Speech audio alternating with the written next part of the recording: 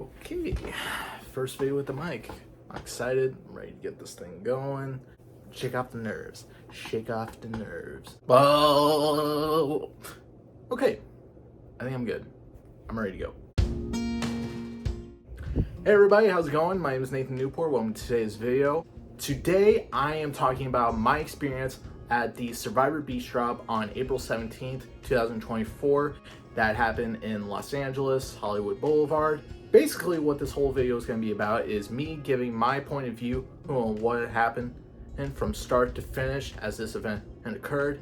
And I'm excited to tell you guys how this all went. So to start off, I woke up early at 6 a.m. making sure that I get myself ready, well fed, and getting out of the house at 7:30 just so I can make it there on time. Because here's the thing, I don't know any of you who's watching this. If you live in LA, you probably know that traffic over there is probably crazy. It gets stacked up whenever you leave the house, which is why I'm kind of glad that I live in Tulare, California. It's a small town, not really much traffic, so yay me. While I was on the road, I drove by Bakersfield to McFarland to Valencia, and while I was driving through Valencia, I saw beautiful Six Flags Magic Mountain. Now, it's been a long time since I rode the roller coasters. Okay, not really, it was only in December, which was like 4 or 5 months ago. But nonetheless, I had no time for roller coasters. I was focused on Survivor. So along the drive, I was listening to Survivor episodes, past Survivor episodes, and just so we're clear, I mean listening, not watching. I would never watch something while I was on the road, unless I was in the backseat and I got to watch whatever I want. But I'm an adult. I have to drive and I have to stay focused while also listening to content, which kept me busy on the road. And when I entered the Hollywood LA area, I noticed a building with a big shield and W on it. I was like, oh my goodness. I was driving by Warner Bros. Studios. This is where they made awesome cartoons and awesome movies that I've watched as a kid. And just as I was driving by that, I was driving by Universal Studios. What? I couldn't believe my eyes. And I even saw the Hogwarts Castle from Harry Potter. One of these days, I wish that I can go to Universal Studios. One of these days, I wish I can go to Universal Studios. I don't know, maybe I'll say it the third time, maybe it will actually happen. One of these days, I'll get to go to Universal Studios. Nothing happened. So as I was getting near to where they were holding the event, I was driving to the parking garage where I parked my car. I found a spot, parked it, went into the elevator/escalator area where you had to get your parking ticket. And as I was walking into the outdoor area of Hollywood Boulevard, I could see everything that they were getting set up. Like literally, there was challenges, there were beach chairs for if you want to take a photo right there. And there was like this tribal council area set up. Like there were logs, there was a campfire, not a real campfire, I will say. I'm a little disappointed by that. And there were all these like tribal banners of the current season, Survivor 46. I was excited, and I even saw this big like open area with the voting box and ballot hits and pens where you could write your vote and put whoever you voted for into the box. I got to take a picture of that. It was really awesome. So I freaking knew that this was going to be one of the most awesome days of my life. But it was still early until the event actually started. And while I was there waiting, I actually took some photos of the area as it was getting set up. And I even took a picture of the Hollywood sign. The first time ever I have ever saw the Hollywood sign. My goodness. It was, not to sound dramatic or anything, but it was beautiful. It was really beautiful. While I still had some time to myself, I also thought, hey, since I'm on Hollywood Boulevard, why not take some pictures of the famous stars, on the Hollywood Walk of Fame? Who wouldn't want that? So I took pictures of Paul Rudd to Chris Pratt to the Muppets to Don Rickles, and I even took, I think Sandra Bullock was one of them? Let me check and see if Sandra Bullock was one of them. Yep, Sandra Bullock was one of them. There was also Keanu Reeves, Kevin Costner, Mary-Kate and Ashley Olsen, and Nathan Lane, another Nathan, and who I know very well, other than Nathan Fillion, of course, and Nathan Kress. I'm sorry, I can't leave you out. Sorry.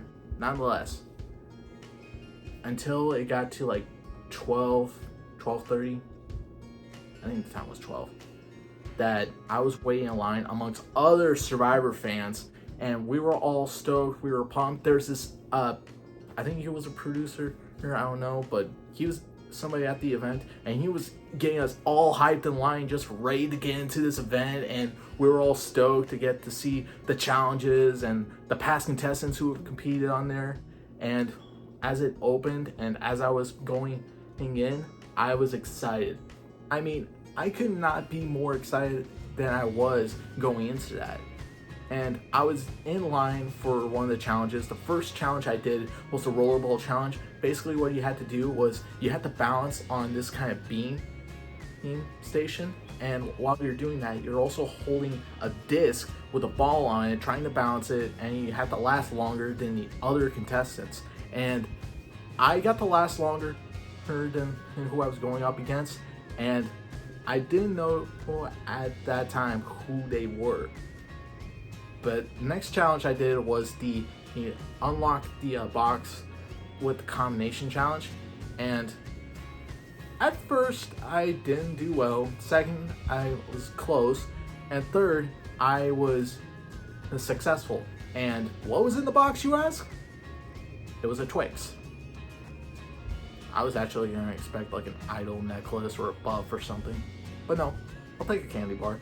But while I was waiting in line for that, the same guy who I was competing against in that rollerball disc challenge, it turns out he was the uncle of Sierra Dawn Thomas.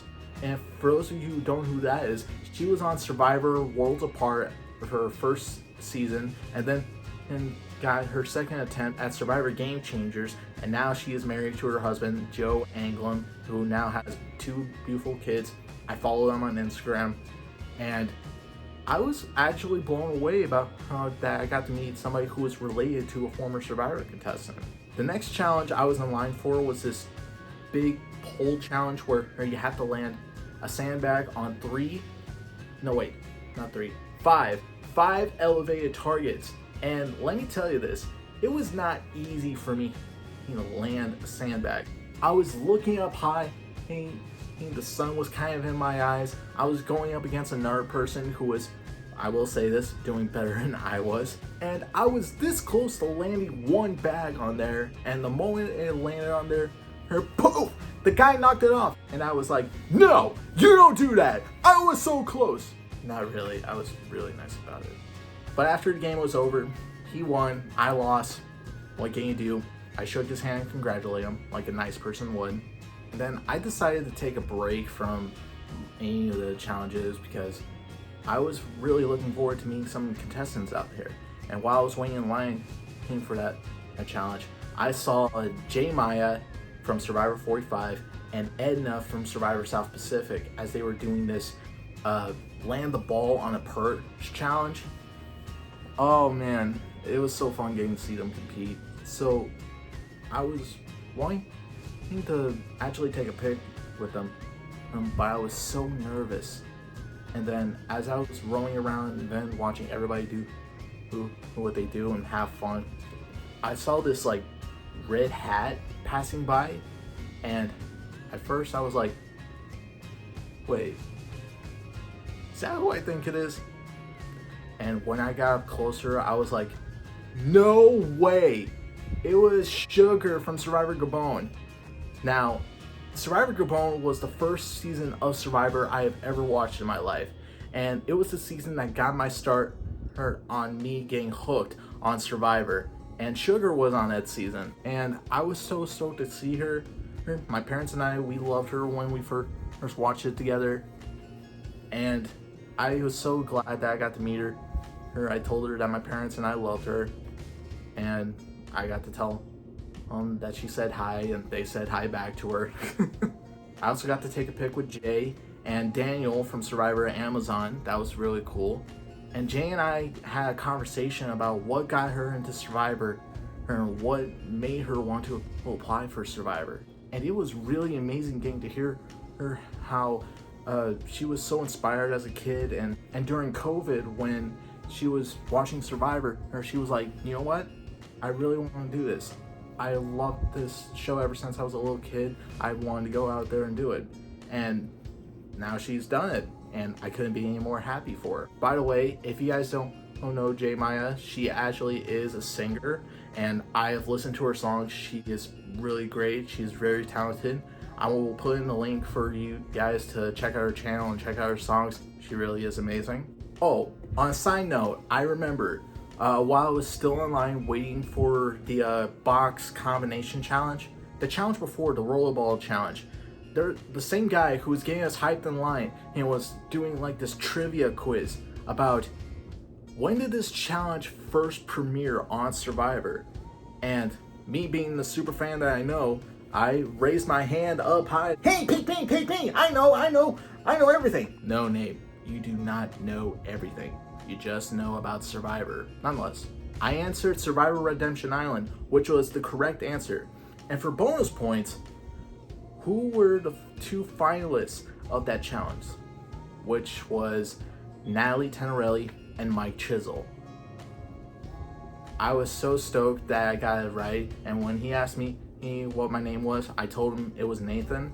He told me, you are, without a doubt, on someone who is well prepared for Survivor. Not sure exactly that was what he said, but you know, it gave me some confidence inside, knowing that I could be on the show someday, hopefully. So it was really getting hot outside, and me not thinking, oh, it'll be hot, but I don't think I'll burn. I didn't think to put on sunscreen. And I got this burn on, I could try to do this without like losing the mic here. And I got burned right here on my arm. I was not thinking at that moment, why would I not put on sunscreen? Except I didn't, because I'm a big dumb man. A big dumb man. Why? And I decided to get water because the water bottle I had was empty. It used to have water in it, but I drank it all. So I got myself water, and then I got in line for this slide puzzle challenge. And while I was in line for that, I met these two awesome Survivor fans. If you guys are watching this, their names are Mary Grace and Charlie. They were such nice people. They got to tell me about their favorite seasons, and they noticed the buff I was wearing, which was my Survivor Co-Wrong buff, which is the only buff I have. Not saying I will not get more. I plan on getting more in the future. But I told them that my favorite season was Survivor Cook Islands, and they agreed, you know, why it would be my favorite season, because one, Ozzy and Parvati got their start on that season, and plus, everybody loved Yule. Yule was an awesome winner, and anybody who doesn't agree with that is a liar. I'm kidding. You're free to your own opinion. While we were in line for the slide puzzle challenge, we noticed some brown long hair, and as I looked closer, I could have sworn that looked like Parvati. To my surprise, it was Parvati. She was here with her family and her daughter and her partner. I was so excited to see them. I was not expecting to see someone of that legendary status be here at this Survivor event. The three of us who were in line, we were all excited to see Parvati. We were not expecting her. As we were in line, I showed them my pictures of me and Sugar and Jay and Daniel that I took with. I did not take a picture with Edna. I missed out on that chance, which is a bummer because she was really sweet. But I showed them my pictures, and Mary Grace, she loves Sugar, and she said that she would like to take a picture with her. And when I saw that red hat again that Sugar was wearing, I was like, there she is right over there. And she got out of line. As me and Charlie saved her spot in line, we kept talking about what we would do if we were on Survivor. Not gonna give my strategy away, just so you guys know. I will not give my strategy away for if I was on Survivor, because I don't want any of you guys stealing my stuff. Like, don't steal my plans. They're my plans, and I will be the only one to succeed my plans on Survivor. After she took a picture with Sugar, she came back in line, and we were waiting and waiting and waiting. It was a really long line. Apparently everybody was looking forward to doing the slide puzzle. And as we were waiting, I kept telling myself, oh, I would love to take a picture with Parvati, but at the same time, I'm committed to staying in line just so I can solve this slide puzzle. But then they were like, why don't you go take a picture? We'll save your spot. And I was like, yes, thank you. I so much appreciate it. And as I was going to take a pic with Parvati, I saw that she was doing this interview with someone on social media, and I was just sitting there patiently, giving her some space and time so she can finish up her interview, just so I can take a pic with her later. And her daughter during that whole interview was so cute. I was absolutely in awe when I saw all that beautiful connection that her and by her I mean Parvati and her daughter had. And while I was waiting, I actually talked with her dad, Mike, and I was, just so we're clear, not Parvati's daughter or his dad. I'm talking about Parvati's dad, Mike. And I was actually I actually thought it was cool that I was actually getting to talk with people who were related to the Survivor family. So after all that, I took a pic with Parvati, and I saw her daughter get to compete in the same roller ball challenge I was talking about. She was really adorable, the way she kept the ball from rolling off her disc.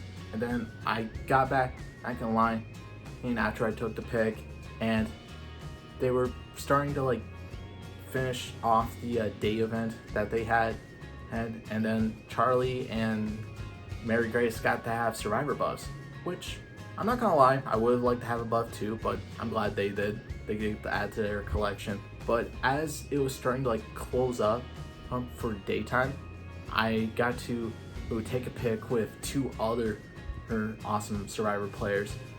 One, Abby Maria Gomez from Survivor Philippines and Survivor Second Chance, and two, Lauren Ashley Beck from Survivor Island of the Idols. Which, by the way, before that season ever aired, I was convinced that because her name was Lauren Ashley Beck, I thought she was gonna go by the nickname LA because she is from LA, so I thought it made sense. So Lauren, if you're watching this, I was convinced that you were gonna call yourself LA while you were out there on the island.